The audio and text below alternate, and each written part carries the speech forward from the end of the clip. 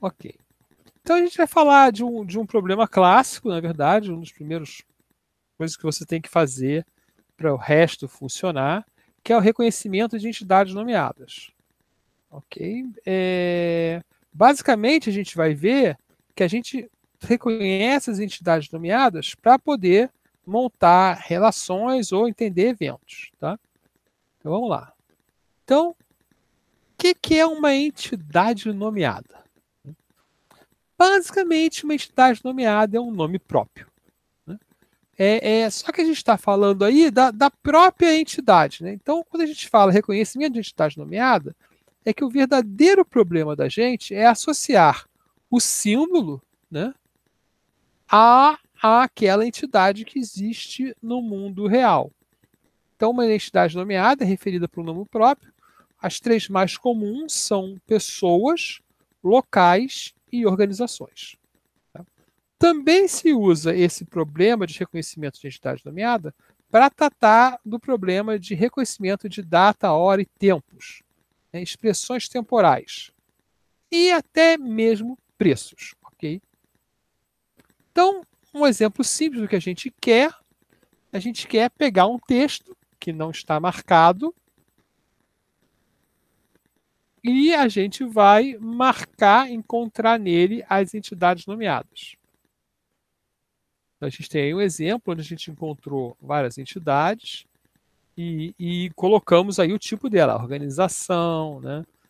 É um tempo, é um local, é uma pessoa, tem uma pessoa aqui, né, para quem não conseguiu achar ainda, no Tim Wagner aqui, né?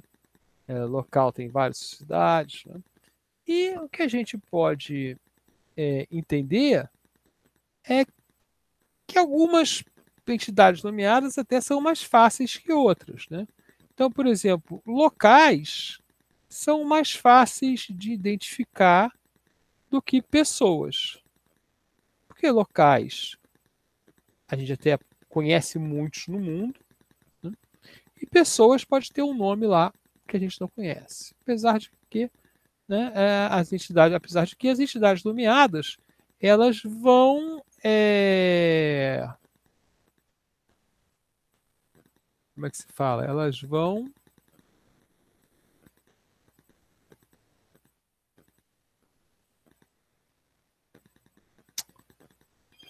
ter letra maiúscula, né? Então é uma ajuda sempre para a gente é a letra maiúscula. Ok, vamos em frente. Então nossos Quando a, tipos. Opa, fala, Thiago. quando a língua exigir também, né, professor? Tem língua que não. Eu acho que eu só achei das descrições chinês sem letra maiúscula. Ah, é? Por curiosidade. Mas provavelmente coreano também. Eu não conheço nada de coreano, mas eu já olhei coreano, né, escrito. Né, e não me parece que tenha letra maiúscula. Eu sei que tem língua que coloca maiúsculo em todo substantivo, né? O alemão, cara. Alemão quando junta, né? E aí causa uns problemas também. Tô lembrando aqui, acho que hebraico, não sei se tem também. Hebraico impresso não tem. Eu não sei se letra de mão tem. Talvez árabe também não tenha. Grego tem, aquele cirílico tem, depende, e o nosso alfabeto ocidental tem. Né? Então você tem razão. Mas a gente também tem o problema que a gente trata, né? Porque a gente não está tratando nem de chinês nem de coreano aqui. Mas é importante lembrar disso, ó. Tem linguagens que você não sabe. Chinês você não sabe nem se é uma palavra, né? Impressionante. Acabou de me ligar no meu celular, agora ele liga pro celular do meu filho, aí pro celular da minha mulher, aí para casa. É impressionante o negócio. Então vamos lá. Então aqui a gente tem os tipos principais, né? Uma lista genérica, pessoas, organizações, locais, entidades geopolíticas, né? Então separando uma montanha, né, de um país ou de uma cidade, né? Facilities, né? Pontes, aeroportos, né? Coisas que você tem que saber, né? E até veículo, nome de produtos também podem ser entidades nomeadas, no caso, veículos, né? Então tem vários tipos e depende da sua aplicação. Se você quer, por exemplo, a gente já trabalhou uma vez com identificação de opinião de produtos. Então, as nossas entidades nomeadas eram os produtos específicos. E que, às vezes, eram todos em maiúscula, porque era uma marca, né? Era só um acrônimo. Então, as suas entidades nomeadas, elas podem ser específicas em um problema. Né? Então, a gente quer fazer algumas coisas, né? E como identificar o texto, que é o nome próprio, e classificar pelo tipo, né? E tem duas dificuldades aí principais. Tá? Uma é a ambiguidade da segmentação. Tá? Ou seja, o que faz parte da entidade no texto, né? E o que não faz parte da entidade.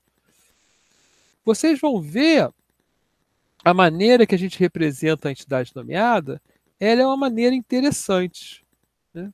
Você não, a maneira de representação, a codificação da entidade nomeada, ela não é tipo, isso aqui é uma entidade, isso aqui é não. Por quê? Porque se eu tiver duas entidades, uma do lado da outra, né, você não ia saber se era a mesma entidade ou se eram duas entidades diferentes. Então a gente especifica de um jeito que tem um códigozinho que eu acho que é BIO. E tem uma ambiguidade de tipo. Né?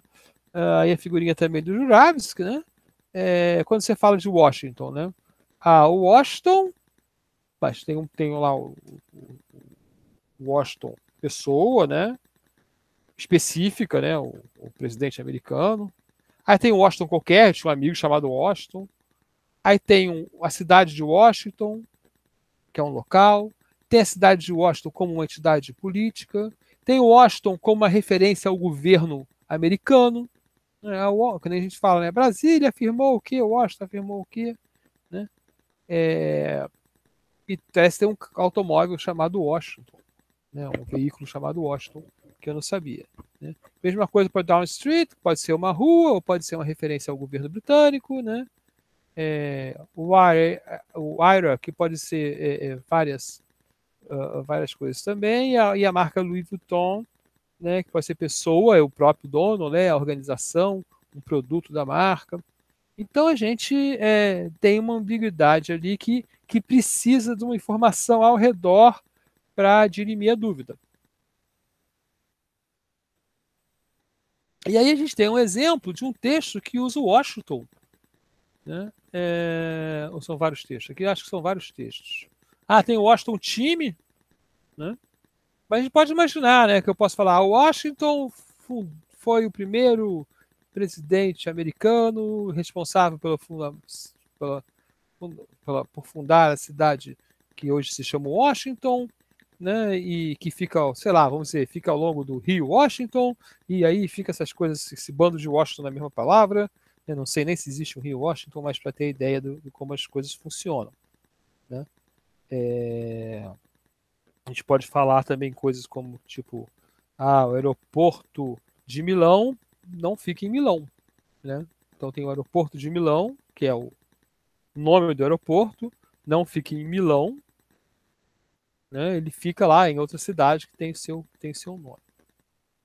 E a Milão aí é a cidade.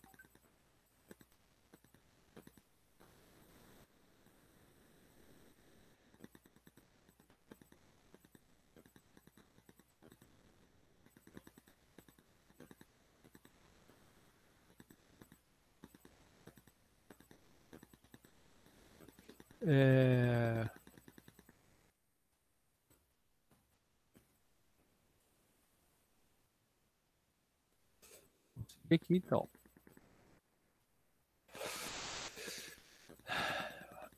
Então o algoritmo padrão atual é um algoritmo de sequence labeling. Né? Que acontece? Você vai apresentar uma sequência que vai formar uma frase, né? Vai formar uma sentença, e ao longo desse aprendizado, você vai colocando etiquetas, né? E você pode olhar isso só numa direção, ou pode olhar nas duas direções, né?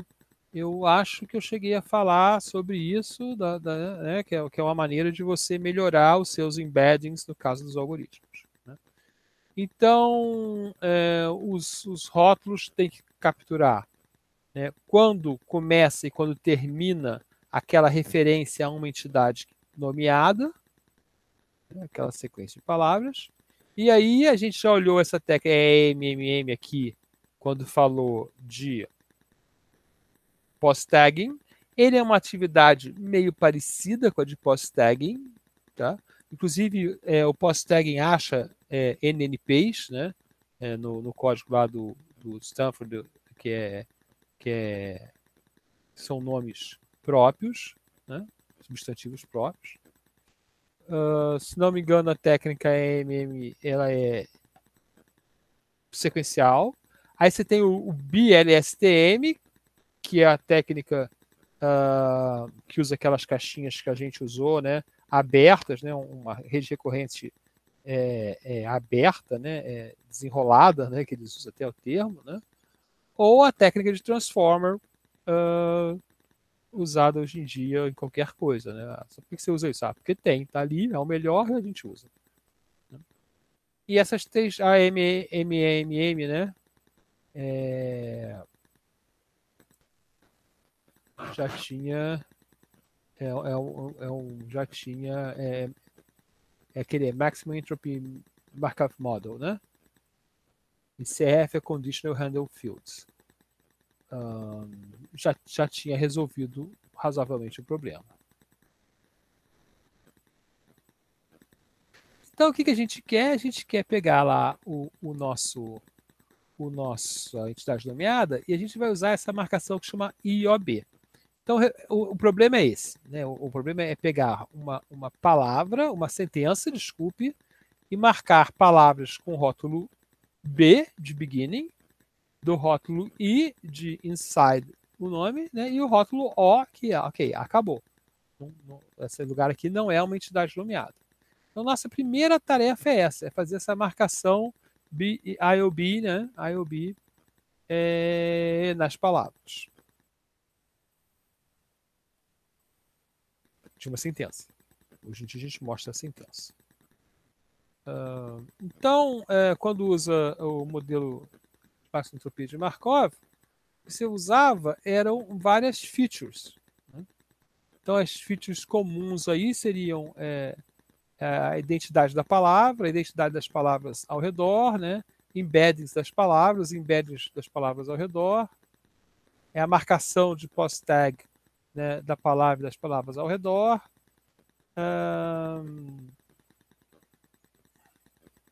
dizer dentro de que chunk sintático ela está, se ela está num sujeito da frase, coisas assim, né? A presença da palavra numa lista, no gazetteer é a lista de palavras geográficas, né, relacionadas à geografia, né? Aí prefixo e sufixos também a gente pode mapear. Tem várias presença de hífen, vários tipos de coisas assim. Então a gente tem aqui um exemplo, né, onde a gente usa ali para L'Occitane, né, a gente usaria a representação de word shape features ali, né? Então a gente tem lá os prefixos, vários prefixos, L plique, LO, L plique O, L plique C, vários sufixos até certo tamanho, né? E aí word shape na forma específica e word shape na forma simplificada, né? Onde você reduz várias sequências de letras a uma só, né? Aí tem um exemplo para DC10 e para IMF também, que é o Fundo Monetário Internacional. Então a ideia seria que você entraria na rede com essas informações sobre uma palavra, né? Não como uma sentença, né? E a informação dessa palavra teria uma vizinhança. Então você entraria com uma janela para resolver uma palavra.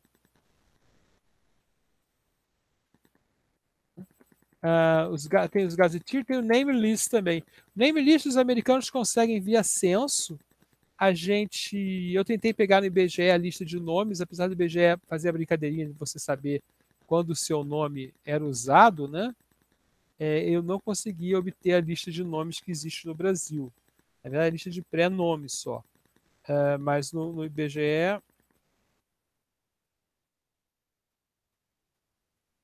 ele tem um software lá,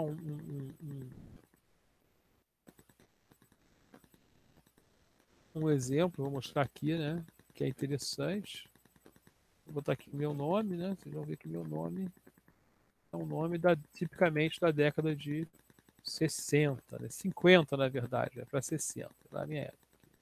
Se eu botar aqui o famoso o Enzo, né? O nosso querido Enzo, né? O Enzo, né? Esse aí foi feito até com o centro de 2000, né? Como é que é o nome? Tem o nome típico do casal brasileiro, da novo, né? O Enzo, e aí tem o nome de menina que é comum. Francisca. Não, não é Francisca, não. É um nome assim também modernoso. Enzo e Valentina, né? Vamos ver aqui a Valentina. Ó. É minha vizinha de 1 ano, agora deve ter 2, chama Valentina. É isso, Enzo e Valentina. São os, como é que é? A geração mimimi. O pessoal fala nas redes, né? Mas é isso, você tem nomes de discos também, você pode juntar, né? E aí eu colocaria até, lembra que a gente tratou de detectar erros, né? A gente pode pensar em detectar variações, né? Então a gente pode botar os nossos nomes aí e já, em vez de detectar, já gerar variações, né? Se bem que vai ser difícil a gente conseguir transformar o Washington em Washington. O Washington, para vocês terem uma ideia aqui, né? É um nome que apareceu na década de 80, aparentemente. Né? Tinha quase ninguém aí, fez sucesso lá na década de 80. Isso aí deve ser o pessoal que torceu pro Fluminense, que botou todo mundo em vez de Washington, Washington. Bom, vamos lá. Vamos em frente.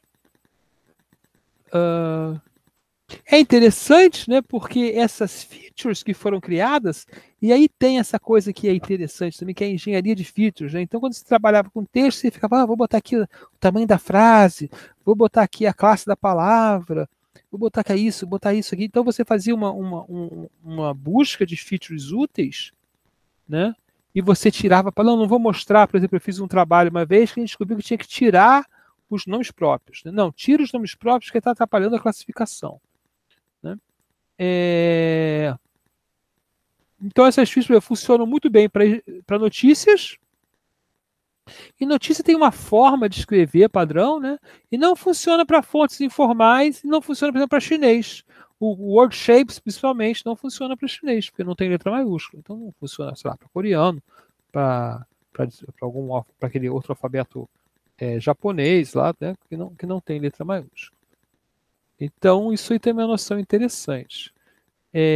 Veja que várias coisas que a gente fazia, né, as redes tratam automaticamente. Então, tem uma coisa na rede, por exemplo, que é o dropout, né, onde você ensina a rede apagando certas células, forçando elas a serem zero. Né?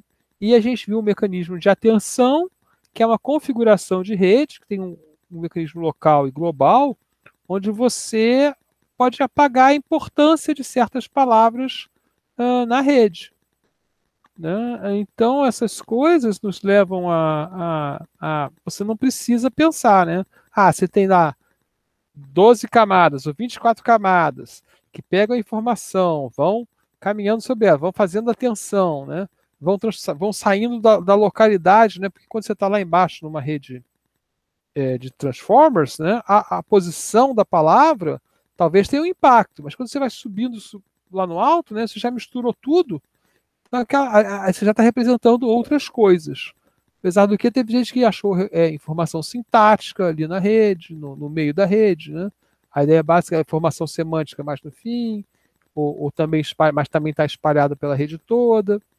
Então você começa hoje a gente tem esse pessoal analisando onde está a informação na rede, porque a gente perdeu.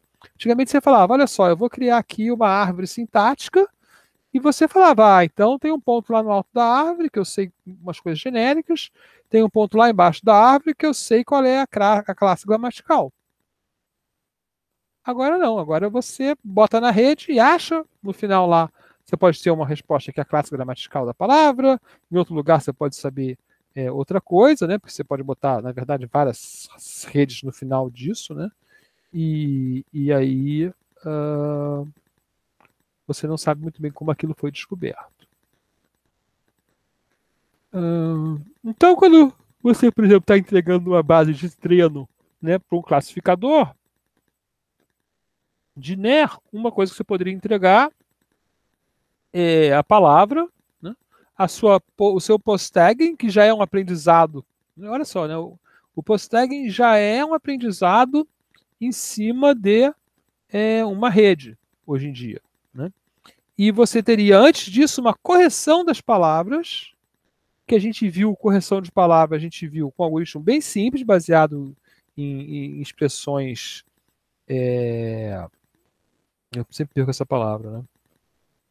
Em expressões regulares. Né? Depois a gente viu, mas pode fazer isso aí com rede também. Né? E aí você tem o tipo de chunk sintático da palavra, que função sintática ela está cumprindo, né? Que é um problema até o que eu acho mais complicado que o reconhecimento da entidade nomeada, né? Mas ele é mais complicado no sentido que ele tem mais camadas, mas ele é mais fácil de fazer. Você não precisa saber se a entidade é nomeada ou não para fazer. Então você pode usar ou um ou outro para ajudar. Aí guardaram aí a forma, o shape da palavra curto, né? E o rótulo. Para treinar, você tem que dar o rótulo. Né? E um exemplo que eles dão de treinamento, né?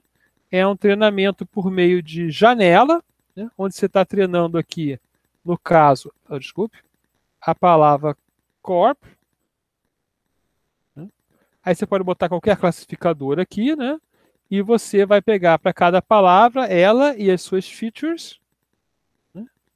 Ok, então isso aqui que são as features que vieram daqui, né? Bota num classificador, né? Você acabou de classificar a última aqui, né? E agora vai classificar a próxima. Você viu que a AMR é um begin de organização. Né? Então essa aqui vai ser o quê? Vai ser um O, um nada, né? Um zero, ou vai ser um inside, um output, né? Ou vai ser um inside de organização. Então você tem, provavelmente o corp deve ser uma coisa que se erra muito pouco, sabendo então que tem um begin organization aqui, né? Que ó, ele entrou, né? Ele entrou no classificador aqui de maneira recursiva, né? Então aqui você poderia testar vários classificadores, até um classificador bayesiano. Bom, vamos ver o que acontece. Né? Aqui, usando, né, um algoritmo mais forte, né, que estamos, talvez matando a mosca com um canhão, né? O que está fazendo aí? Mas vai alcançar precisões melhores, né? Ele está pegando a palavra, aí ele pega o embedding glove da palavra, em vez do word2vec, né?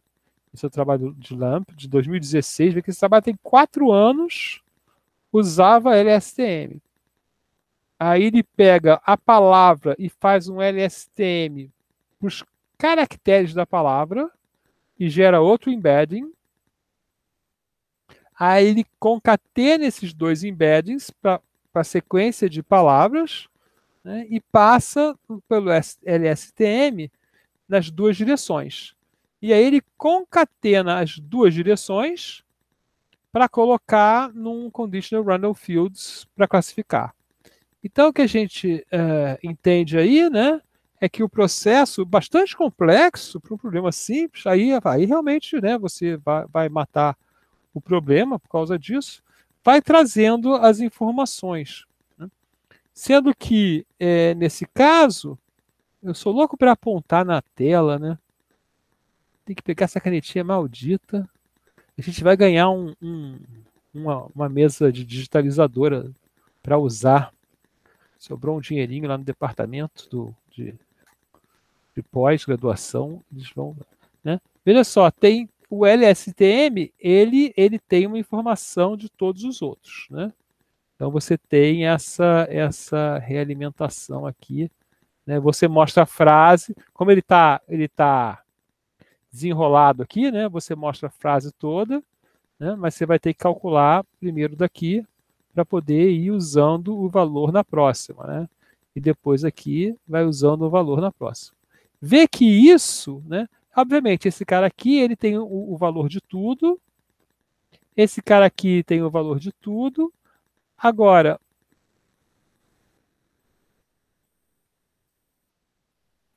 a relação, né? Vamos ver, esse aqui tem o valor, tem informação das duas palavras depois dele. Esse aqui tem o valor da palavra depois dele, mas não ao mesmo tempo, né? Então, assim, a desvantagem do LSTM nos transformers com atenção, né? E por isso que a gente usa eles bidirecionais, para a gente ter informação da sentença toda, né?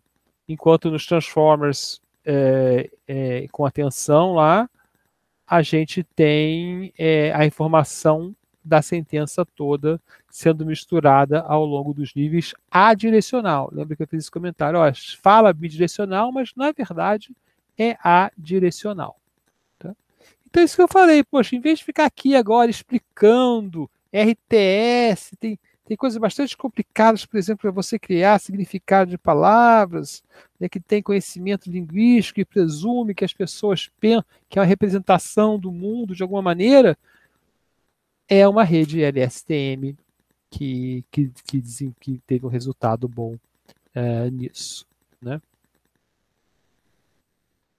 Então a gente fala de um jeito diferente. De certa maneira, você podia falar, poxa, estragou um pouco, né? Perdeu a graça.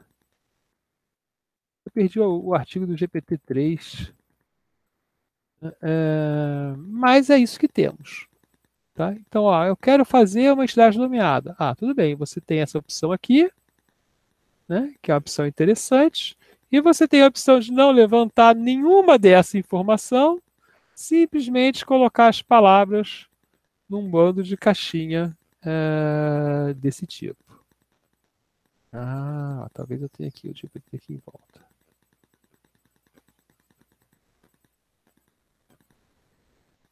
Não, não tem. Ok, então essa é a primeira parte da aula. Vou chegar a aula até o fim, né? É o capítulo 18, basicamente, do Jurassic, né? Esse aqui, ok, então a gente interrompe a gravação.